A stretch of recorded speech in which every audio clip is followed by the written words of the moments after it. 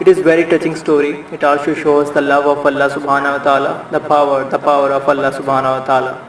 Never ever underestimate the power of Allah. There was a sheikh who mentioned this in Saudi Arabia, and there was a doctor who visited him from Pakistan and told him a story that happened to him. So he says, what happened to me? He says, the doctor who is speaking is the top neurologist, one of the top doctors in Pakistan, or a very, very good doctor, a very hard to meet.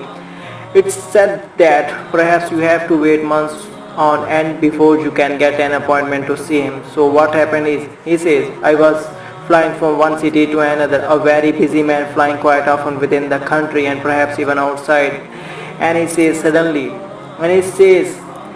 the clouds built up, huge clouds, and the lightning starting striking and it started pouring. And there was a lots of turbulence, and one of the engines was stuck. And it was damaged, so we had to land.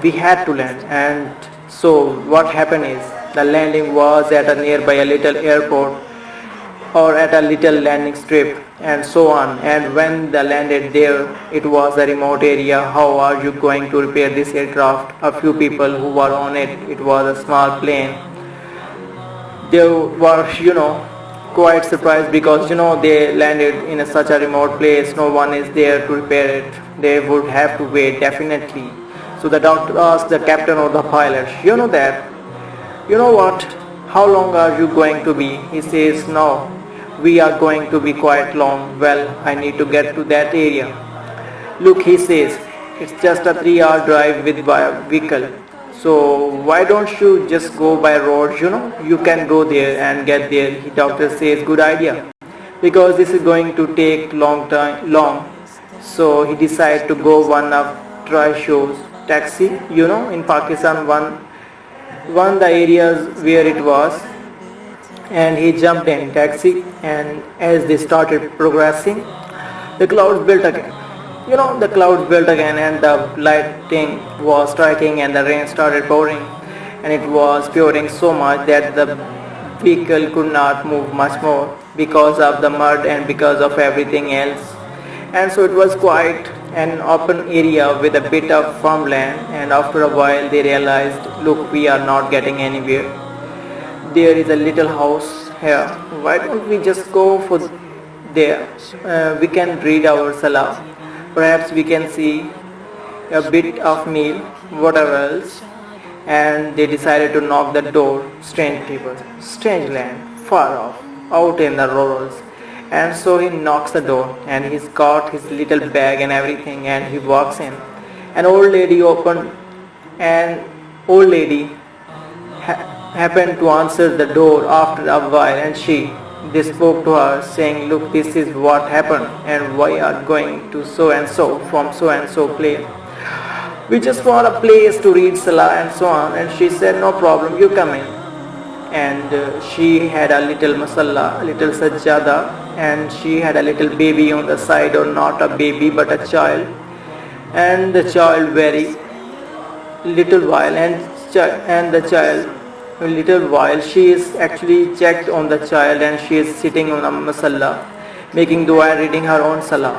These people fulfilled their salah and did whatever they had to. And when they about to leave, they spoke to the old lady, saying, thank you very much, Jazakumullah khair, and so on.